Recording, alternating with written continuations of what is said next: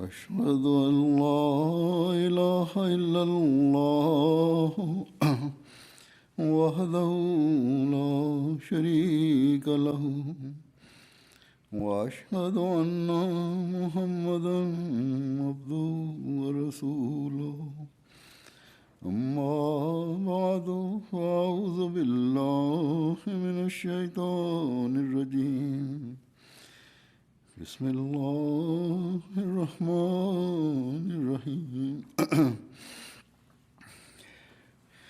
الحمد لله رب العالمين الرحمن الرحيم مالك يوم الدين إياك نعبد وإياك نستعين اهدنا الصراط المستقيم صراط الذين أنعمت عليهم غير المغضوب عليهم ولا الضالين. امروز شما برای مراسم افتتاحیه مسجد شهر زیون گرد آمدید. خدا به جماعت احمدی آمریکا توفیق داد که این مسجد را در شهری تأسیس بکند که در تاریخ جماعت احمدیه ارزش و اهمیت ویژه‌ای دارد. 2 روز قبل یک روزنامه‌نگار از من سوال کرد که این مسجد چرا برای این محل اهمیت فوق‌العاده‌ای دارد. من بهش این پاسخ دادم که برای ما هر مسجدی مهم است. او گمان میکرد که من تنها برای افتتاحیه این مسجد مذکور اینجا بازدید کردم. من به او گفتم که من قبلا نیست برای افتتاح مساجد بازدید میکردم. به هر حال به او گفتم که اهمیت این مسجد به جای خود است، چون این در شهری بنا شده است که آبادانی آن از دست یک مخالف اسلام صورت گرفته بود و کسانی که با تاریخ علاقه‌ای دارند تلاش خواهند کرد که تاریخچه این شهر را در بیابند و به جز جماعت هیچ کسی تاریخچه این شهر و جان الکساندر دویی را نمی‌دانند و به خاطر ارائه آن تاریخچه جماعت تدارک یک نمایش را نیز دیده است که در تاریخ آن شهر را روشن می کند و همینطور نیست جماعت این شهر چه اهمیت دارد و کسانی که علاقه‌ای دارند بتواند از این نمایش بهره ببرند. فردا او در یک راستا یک مقاله ای را هم می نویسد.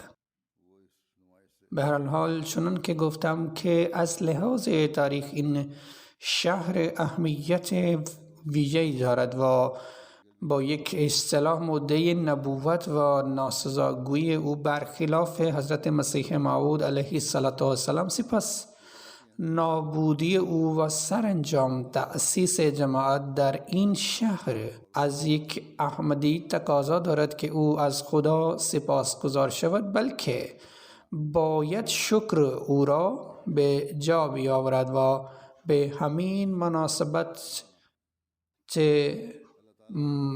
ما بر وفق ارشاد پیامبر اکرم صلی الله علیه و آله و سلم از شهروندان این محل نیز قدردانی میکنیم و این که در ابتدا شورای این شهر بنای این مسجد را مخالفت کردند، اما ساکنین این شهر در حمایت ما ایستادند و شورای شهر را وادار کردند که برای ساختن این مسجد به ما اجازه بدهند. پس این ارشاد و گفته پیامبر اکرم صلی الله علیه و آله و سلم است که کسی که از مردم تشکر نمی کند، سپاسگزاری نمی کند و او از خدا هم تشکر نمی کند. پس بنابر این ارشاد ما باید از آن خدای عظیم تشکر نماییم که به ما توفیق تأسیس این مسجد داده است. پس از لحاظ این امروز تنها روز اظهار خرسندی نیست، بلکه روزی است که باید از خدا بسیار تقدیر کنیم که ما را نه تنها توفیق تأسیس مسجد داده است، بلکه نشان حقانیت عاشق پیامبر اکرم صلی الله علیه و آله و سلم به ما این نشان داده است. چند نکات از اوراق تاریخ اون دوران بازگو می کنم که بیانگر ابهت این موضوع و حقانیت حضرت مسیح موعود علیه السلام و مقبولیت ایشان در مردم دارند و هر چقدر ما از خدا سپاسگزاری کنیم به همان اندازه افضال خدا برای ما ارزانی می شوند و نشانه های صداقت حضرت مسیح موعود علیه السلام بر ما روشن می شوند. پس این ماهیت سپاسگزاری ماست که ما را شاهد حقانیت آن نشانها را قرار می دهد. هرچند که خدا وعده های گوناگون پیشرفت جماعت را به حضرت مسیح موعود علیه السلام داده است که او پیشرفت جماعت را به ایشان علیه اسلام نشان خواهد داد، بلکه او پیشرفت های را نشان داده است و خواهد داد و دارد نشان می دهد و این پیشرفت ها و توسعه ها در آینده هم خواهد نمود.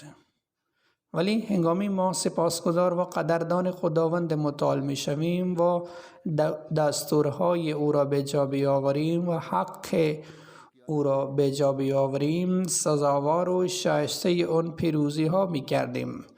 ما شاهد تحقق وعده های بیشمار او هستیم که در زندگی ما ایفا شده اند. خدا بر وقت معین وعده های خود را ایفا نمی نماید.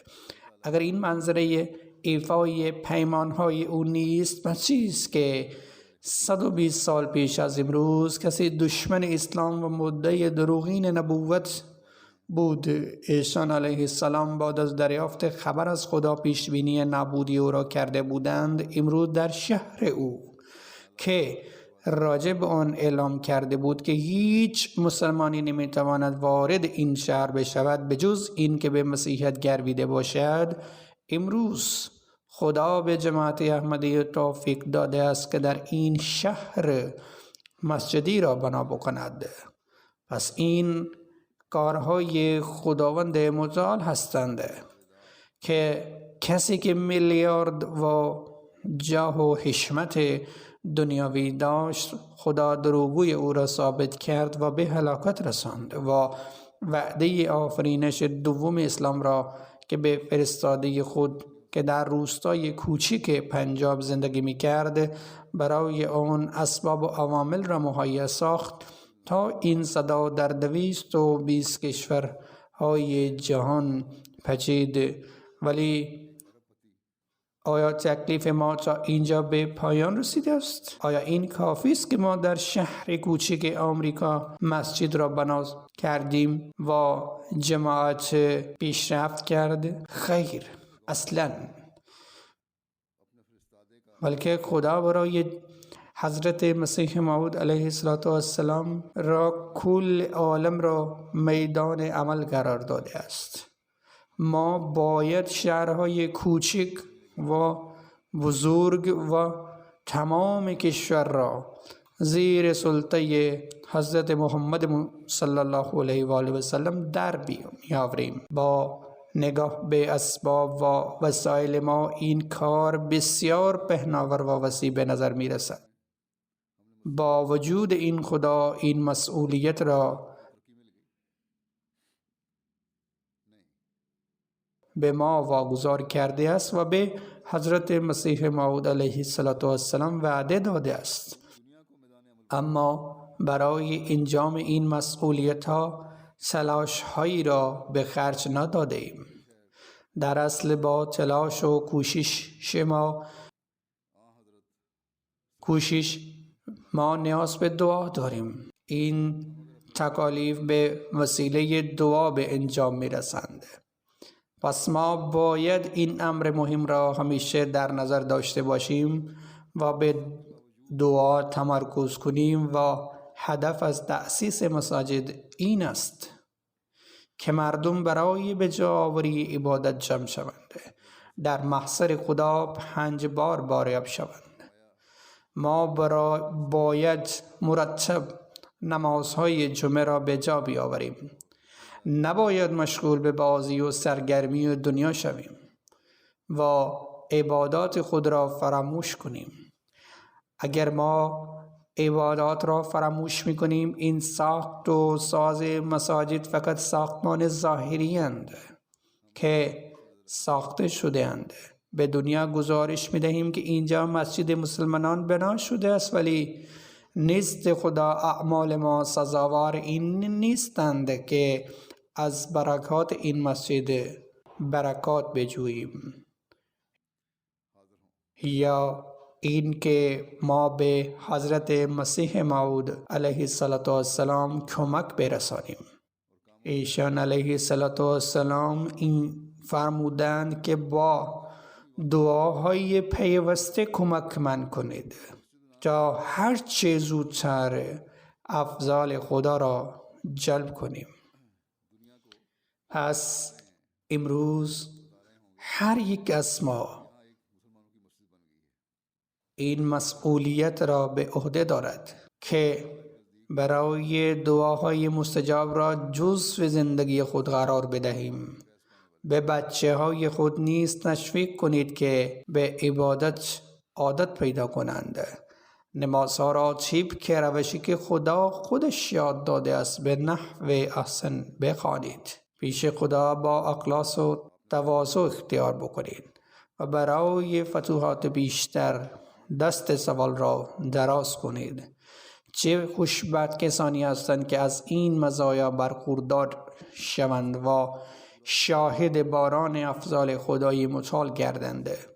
اگر ما معیار عبادات را بلندتر کنیم و دین را با دنیا اولویت دهیم، تحقق وعده هایی که خدا به حضرت مسیح موعود علیه السلام داده است در حین زندگی خود مشاهده خواهیم کرد. پس ما باید مواظب و مراقب حال خود باشیم و با قدوم این کشورهای توسعه یافته خود را گم نکنید. از چند روزهای گذشته پناهنده های جدید هم به این کشور مهاجرت کردند. آنها نباید غرق دنیا شوند. هر مسجدی که اینجا ساخته شود در ما جوش و ولوله را ایجاد بکند و موجب شود که با خدا رابطه استوار بکنیم.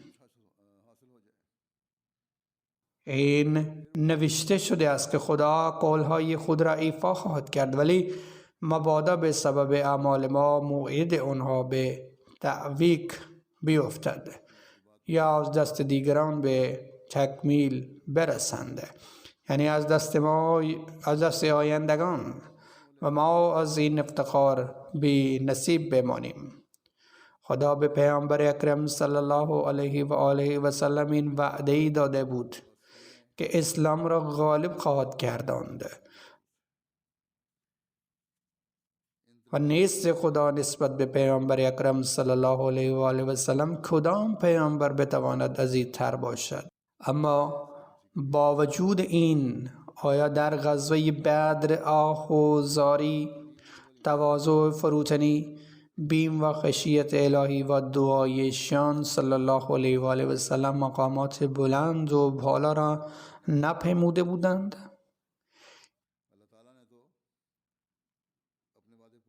ایشان به اندازه آه و ناله می کردند که شالشان بارها از شان مبارک پایین می لغزید و هنگامی حضرت ابوبکر رضی الله عنه عرض کردند یا رسول الله، خدا به شما وعده فتح و نصرت داده است، پس چرا اینقدر مضطرب هستید؟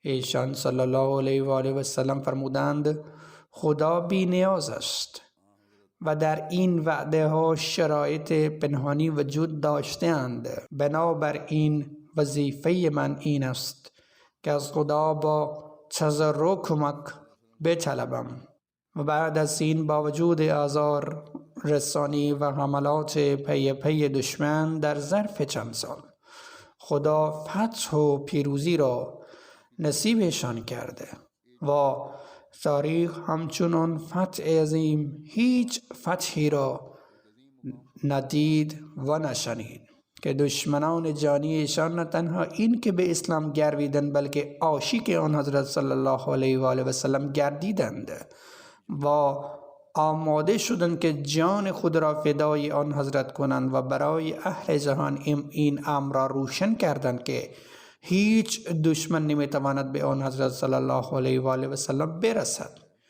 به جز این که از جنازه های آنها بگذرد و کسانی که سرنوشتشان ذلت و رسوایی بود خدا آنها را نابود کرده.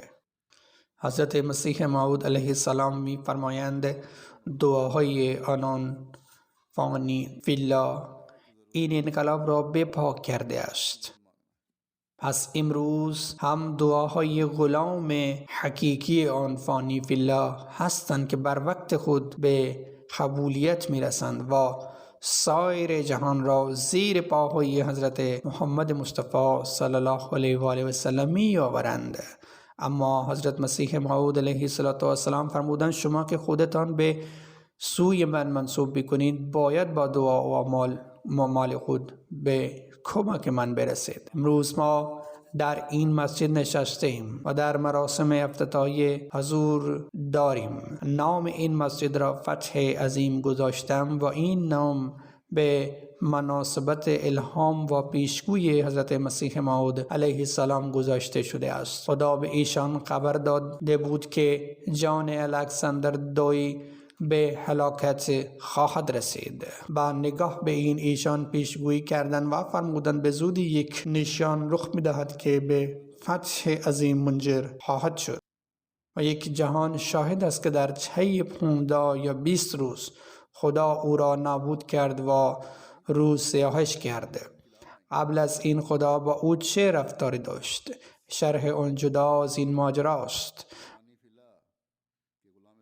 به هر حال بعد از این که ایشان علیه السلام از خدا خبر هلاکت او دریافت کردند این نشان را فتح عظیم قرار دادند و این گام بعدی است که امروز برداشتیم و در این شهر مراسم افتتاحیه این مسجد را برگزار میکنیم.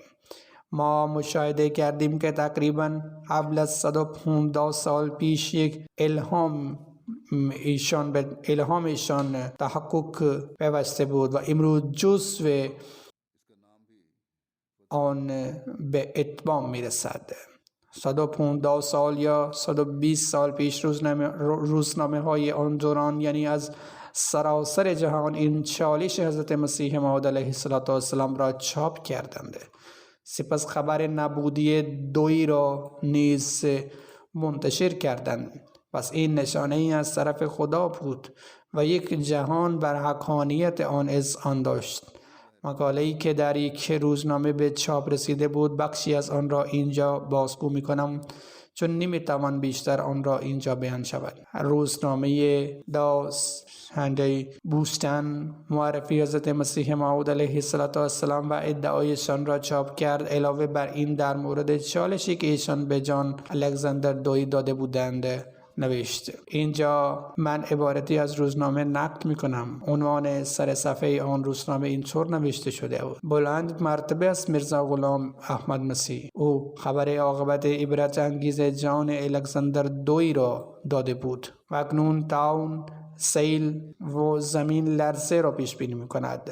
در این روزنامه نوشته است که تا اکنون 23 روز ماه اوت گذشته‌اند که میرزا غلام احمد از روستای هند به نام قادیان خبر مرگ جان الکساندر دوی که ایلیه ثانی خوانده می‌شود داد و آن پیش بینی در ماه مارس گذشته به تحقق رسید. سپس می افزود که از چندین سال گذشته شهره این مرد هندی در مناطق شرقی جهان پیچیده است. او ادعا دارد که وی مسیح صادق است که قرار بود که در دوره پایانی جهان به ظهور برسد و خدا او را محترم شمرده است. در سال 1903 اولین بار در آمریکا موضوع بحث قرار گرفت هنگامی که نزاعش با ایلیای سوم بر منصه شهود ظهور کرده. بعد از درگذشت الکساندر جان دوی شهره پیامبر هندی به اوج رسیده است، چون او از درگذشت دوی خبر داده بود، یعنی حضرت مسیح موعود علیه السلام خبر داده بودند که او یعنی دوی در حین حیات آقای میرزا گفت گرفتار رنج و آسیب شده چشم از جهان فرو می‌بندد. سپس می افزاید یعنی عبارت حضرت مسیح موعود علیه السلام را نقل می کند که اگر آقای دوی درخواست مباهله مرا قبول می کند و تلفیحاً یا صریحاً در مقابل من بیستد، به زودی با تحسر و تأسف گرفتار رنج و آزار شده و از این دار فانی کوچ می کند.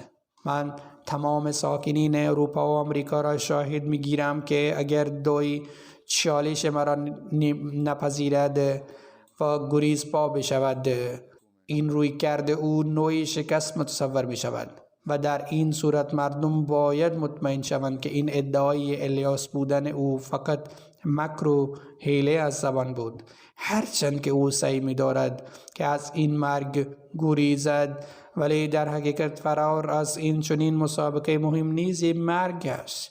پس مطمئن شوید که به زودی بر صهیون او یک بلا نازل خواهد شد، چون حتما او گرفتار یکی از این دو بلا می شود.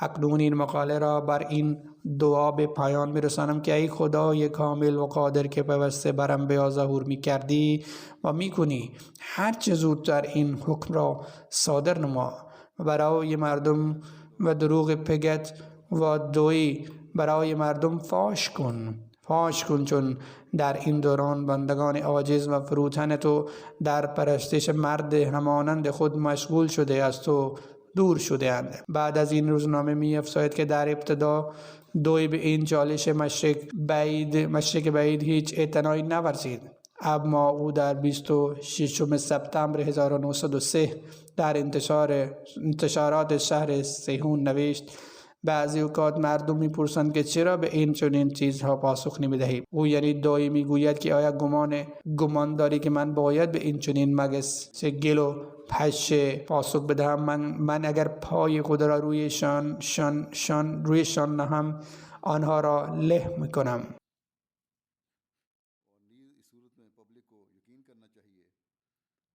من به آنها فرصت میدهم که بپرند و زنده بمانند. او تنها یک بار اظهار این امر را کرد که میرزا غلام احمد را می شناسد و آقای میرزا را با نام مسیح محمدی ابله ذکر کرد. نعوذ بالله. در 12 دسامبر 1903 او می نویسد که اگر من پیامبر خدا نیستم پس روی زمین هیچ پیامبر وجود ندارد. سپس او در ماه یانوی سال بعدی نوشت مسئولیتی که به عهده دارم این است که مردم را از شرق و غرب و شمال و جنوب بیرون بیاورم، آنها را در این شهر و در شهرهای دیگر صهیونی آباد بکنم تا این که مسلمانان از بین بروند. خدا کند که ما آن وقت را ببینیم. داوی این تحریر را نوشت در حالی که آقای میرزا با شدت به این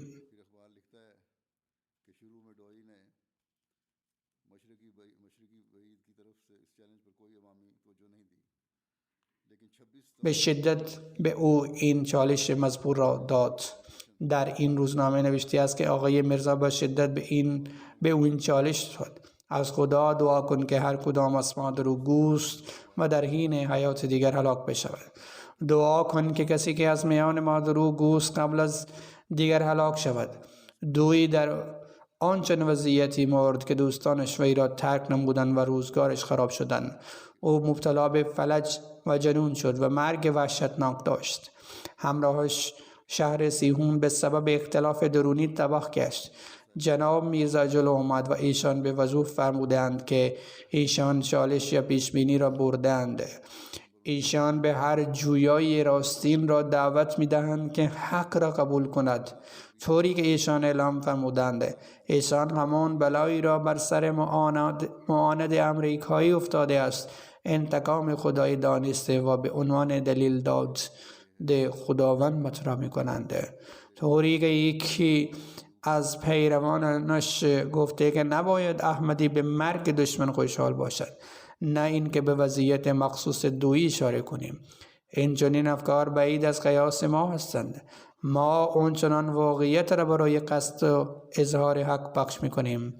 در این شکی وجود ندارد که تعلیم دین اسلام اونچنان نیست که مردگان را ناسزا بگوییم، اما واقعیت اونچنان هم نیست که حق را پنهان کرده شود، تا اینکه آشکارش برای اصلاح جامعه انسانیت و راستی و به خاطر خداوند باشد.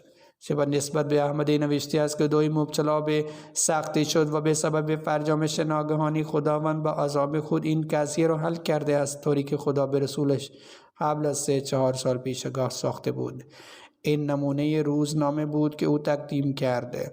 به یقین این پیروزی بود و دلیل حقانیت حضرت مسیح موعود علیه السلام بود و هست. اما طوری که من گفتم که مأموریت ایشان خیلی وسعت دارد و این ذکر از یک جبهه جنگ بود. خوشحالی واقعی ما آن زمان خواهد بود وقتی ما جهانیان را زیر پرچم حضرت محمد صلی الله علیه وسلم خواهیم آورد.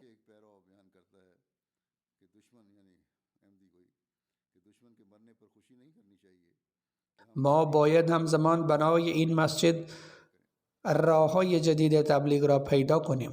حجت‌های مسیح محمدی را پیش دنیا مطرح خواهیم کرد. پیش از قبل وضعیت روحانی و عملی خودمان را اصلاح بکنیم، طوری که قبل گفتم که فتح مکه در واقع فتح عظیم بود.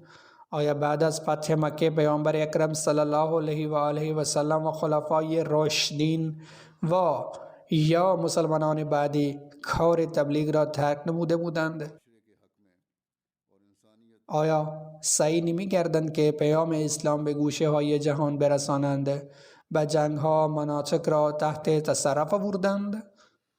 البته جنگ ها هم رخ دادند، اما به سبب این نبودند که دین گسترش پیدا بکند، بلکه دلها را زیر تصرف آوردند و به سبب این مردم جانسار به صورت گروه وارد اسلام شدند.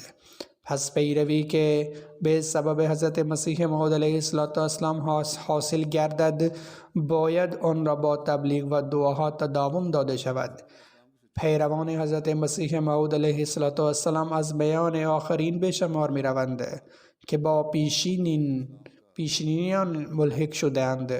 و آیا مردم پیشین تبلیغ را ترک نموده بودند و اصلاح و وضعیت روحانی و اخلاقی را ترک نمودند؟ آیا استاندارد عبادت آن پایین اومده تا زمانی که وضعیت آن این چنین بود اسلام پیشرفت میکرد و زمانی اوضاع مسلمانان رو به انقراض شدند؟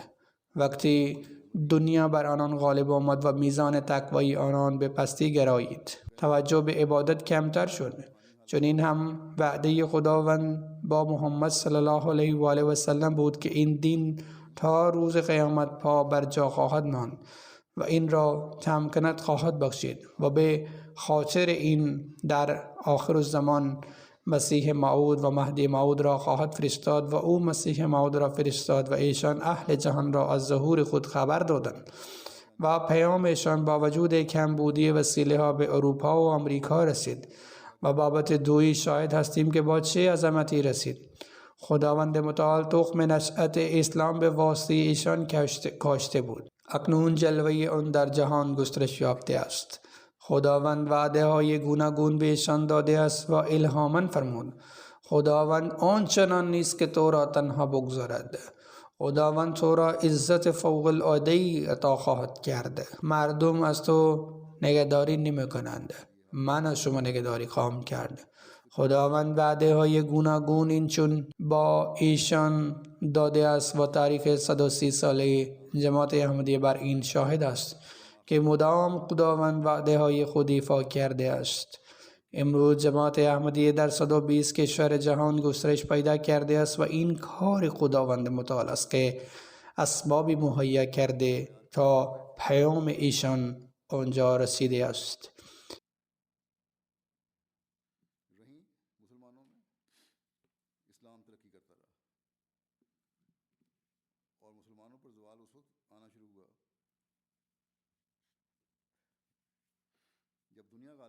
و امروز اهل جهان میرزا غلام احمد قادیانی را به عنوان مسیح موعود و مهدی موعود می شناسد.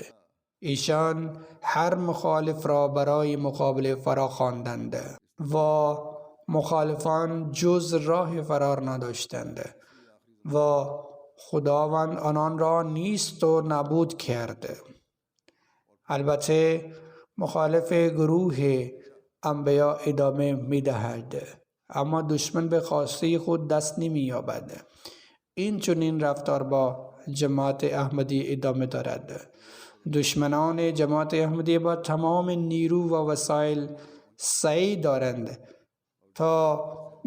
و داشتند تا جماعت احمدی را نابود بکنند و اکنون همان روشی را دنبال میکنند.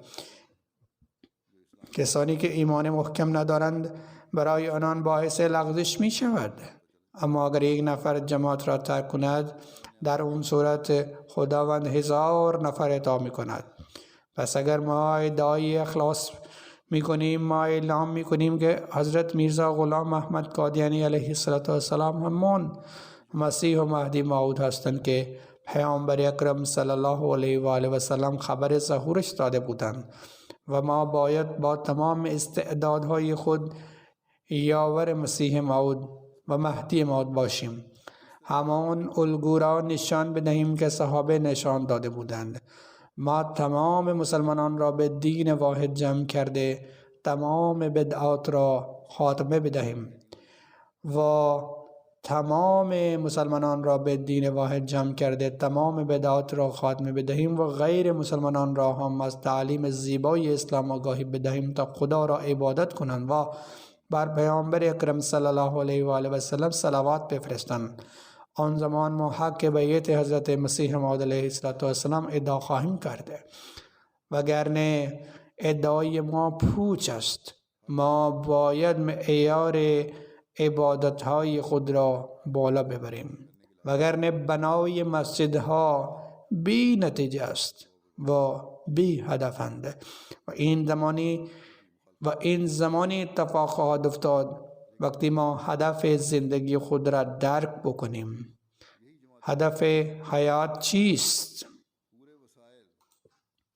در مورد این حضرت مسیح موعود علیه السلام بیان می‌فرمایند، فرمودند که انسان نمی‌تواند هدف زندگی خود را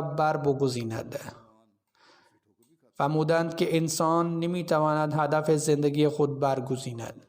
آن خداست که انسان را آفریده است و خداوند متعال می فرماید که و ما خلقت الجن والانس الا لیعبدون، یعنی من جن و انس را برای عبادت آفریدم. حضرت مسیح موعود علیه السلام شرح این آیه به جاهای زیادی فرمودند. ایشان بر موقع به وضوح فرمودند که هدف واقعی آفرینش انسان این است که خدای خود را بشناسد و ازش اطاعت بکند، طوری که خداوند متعال فرموده است و ما خلقت الجن والانس الا لیعبدون، من جن و انسان را برای این آفریدم که مرا پرستش کنند. اما بیشتر کسانی که به دنیا می آیند و بعد از سن بلوغ به جای این که مسئولیت و هدف و غایت خود را درک بکنند، خداوند را ترک کرده مایل به دنیا می شوند و از مال و ناموس دنیا آشفته می شوند و سهم خداوند خیلی کوچک باشد و در دل بیشتر مردم اصلا وجود ندارد. آنان در دریا غرق و فنا می شوند. آنان خبر ندارند که خدا هم وجود دارد. البته اون زمان متوجه می شوند وقتی ارواح غالب جانشان ببرند. وقتی زمان مرگ فرا رسد، ما ادعای قبول امام مهدی می کنیم و ما نباید چنین زندگی بکنیم. ما باید سعی کنیم که مقصود حیات را درک کرده حق عبادت ادا کنیم. زمانی توجه مردم به این مسجد زیبا جلب شود، وقتی ما پیام اسلام را به نحو احسن تا دیگران می رسانیم و آن زمان مأموریت مسیح موعود علیه السلام را به تکامل خواهیم رسانید و با کمک خداوند متعال به دست خواهیم آورد و این تا زمانی نمیتواند رخ بدهد تا وقتی حق عبادت خودمان ادا نمی کنیم. پس هر احمدی باید تدبر و تعمق بکند و سعی کند تا این را سهم زندگی خود بسازد تا حق عبادتش به جای بیاورد و فضل خداوند متعال را جلب کرده دنیا و عاقبت خود را حفظ کند. پس امروز افتتاحی مسجد عظیم در اون صورت میگیرد وقتی ما همان واقعیتی را درک میکنیم که هدف زندگی ما چیست. وگرنه مسجدهای زیادی در دنیا بنا شده اند و خیلی زیبا هم هستند، اما کسانی که اونجا میروند هدف زندگی خود را بر نمی آورند. تنها عبادتی این نیست که به زودی 5 تا نماز خواندیده و یا چند نماز خواندیده، بلکه عبادت این است که حق نماز به جا بیاورید، نمازها را با اهتمام بخوانید. پیامبر اکرم صلی الله علیه و آله و سلم به شخصی 3-4 مرتبه به خاطر همین فرمان دادند که مجددا نماز بخواند، چون او آنچنان نماز نمی‌خواند که حق نماز بوده. پس نمازها را با اهتمام بخوانید، آن زمان قرب خداوند به دست می‌آورید و عبادت ها آن زمان مستجاب می شوند وقتی حق بندگان خدا برآورده شود. کسانی که حق مردم را پایمال می کنند، خداوند می فرماید که نمازهای آنان باعث نابودی می شوند و به سمت آنان برگردانده می شوند. پس هدف ما این است که مسجدها را رونق ببخشیم و طبق فرمان خداوند مأمور کنیم و این کار باید برای حصول رضای خداوند باشد. فردی را که حضرت مسیح موعود علیه السلام به چالش کشیدن آنچه میخواست، او میخواست که با اسم دین بر دنیا حکومت کند. او به خاطر همین اسم مسیحی در میان آورد و ادعاهای بزرگی کرده بود که با مسیح محمدی چنان کاری انجام خواهد داد طوری که اجرای روزنامه دادم. وقتی حضرت مسیح موعود علیه السلام چالش او را قبول کردند، زمان عاقبتش آشکار گردید. مردم هر گونه ذلت و بی‌ناموسی دویی را نگاه کردند. همان نشانه آنچنان بین بود که روزنامه نگاران هم اعتراف کردند، چون جز قبول آن چاره دیگر نبود و ناچار شدند که عظمت میرزا غلام احمد را قبول کنند. اما آیا ما در افتخار همان فتح عظیم تنها مسجدی بنا کنیم و خوشحال شویم؟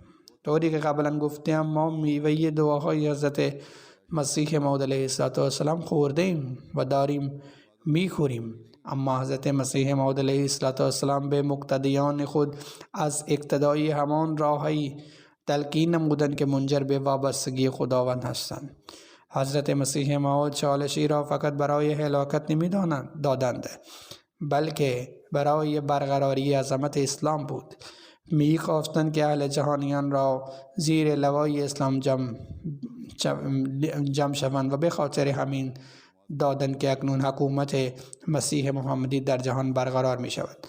این که لوای محمد صلی الله علیه وسلم را بالا برده دولت وحدانیت خداوند در جهان استوار می کنند.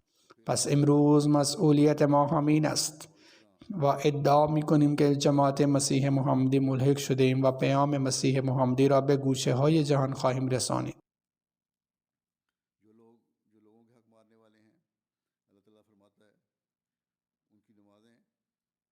وحدانیت خدا را اثبات کنیم و این کار زمانی انجام شود وقتی رابطه ما با خداوند متعال ایجاد می کنیم و متکی می شویم.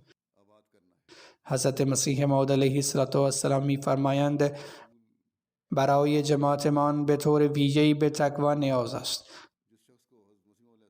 مخصوصاً از این لحاظ که آنها با شخصی تعلق دارند که ادعای مأموریت را دارد، تا کسانی که به هر دلیلی رو به دنیا بودند یا به هر نوعی از شرک، بغض‌ها و کینه‌ها دوچار بودند، از تمام این آفات نجات یابند. پس پاکی درونی نیز بسیار ضروری است و زمانی که این پاکی درونی وجود داشته باشد، تقوا ایجاد خواهد شد. پس دنیا خواهد دید که نشانات پشت نشانات ظاهر خواهند شد و این همان جایی است که مسیر فتوحات باز خواهند شد انشاءالله.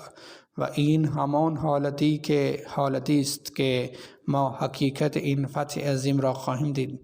پس ای غلامان حضرت مسیح محمدی، هر یک از نشانات فتح باید ایجاد کننده انقلابی در ما باشد. پس قول بدهید که امروز ایجاد کننده یک انقلاب روحانی در ما خواهد بود. امروز فرزندان و نسل‌های ما نیز روز ایجاد کننده انقلاب روحانی خواهد بود و باید هم باشد، وگرنه از هلاکت دویی و یا از ناآشنا بودن مردم این شهر به نام دویی چه سودی به ما میتواند برسد که ما او را متعارف کردیم، ما او را معرفی کردیم یا اینان او را نمی شناختن و نمی دانستن.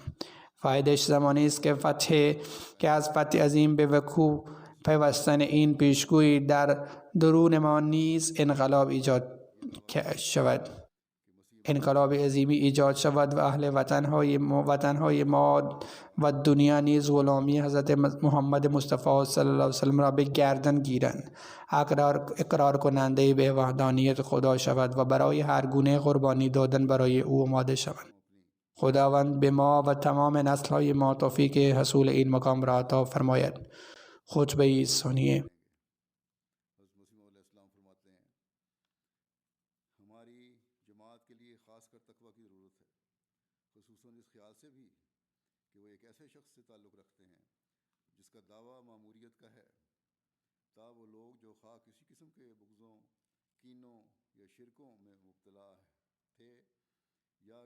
कैसे ही रूब दुनिया थे, उन तमाम अफाद से निजात पावें।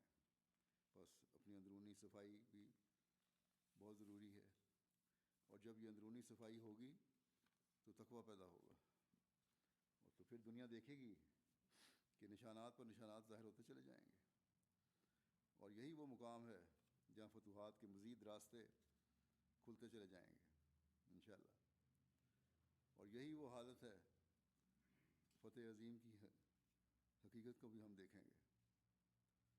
बस ए मसीह मोहम्मदी के ग़ुलामों, हर फतह का निशान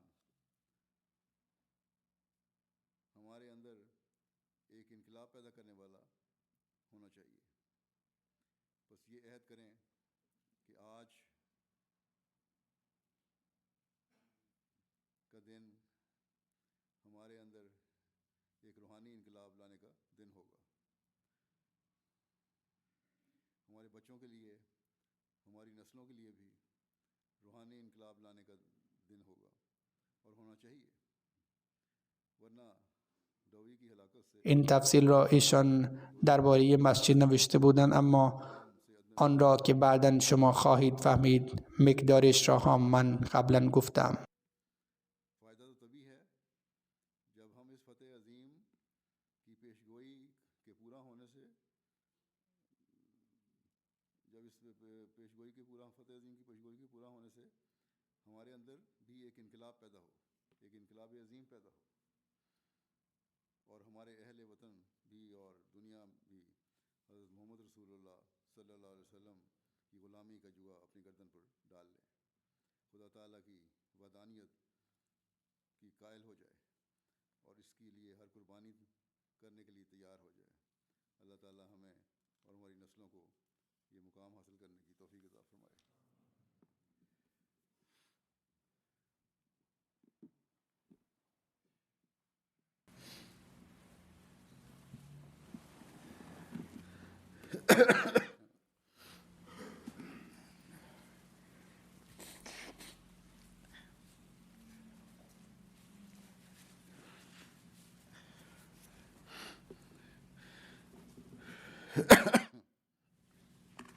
अल्हम्दुलिल्लाह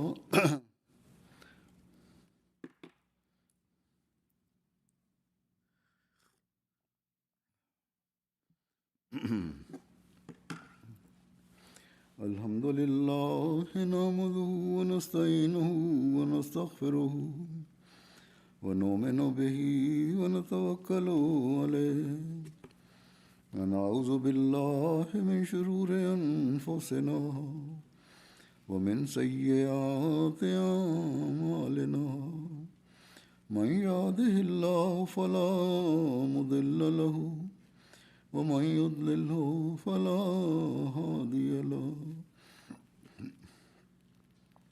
ونشهد أن لا إله إلا الله ونشهد أن محمدا عبده ورسوله عباد الله رحمكم الله إن الله يأمر بالعدل والإحسان وإيتاء ذي القربى وينهى عن الفحشاء والمنكر والبغي يعظكم لعلكم تذكرون اذكروا الله يذكركم وادعوه يستجب لكم ولذكر الله أكبر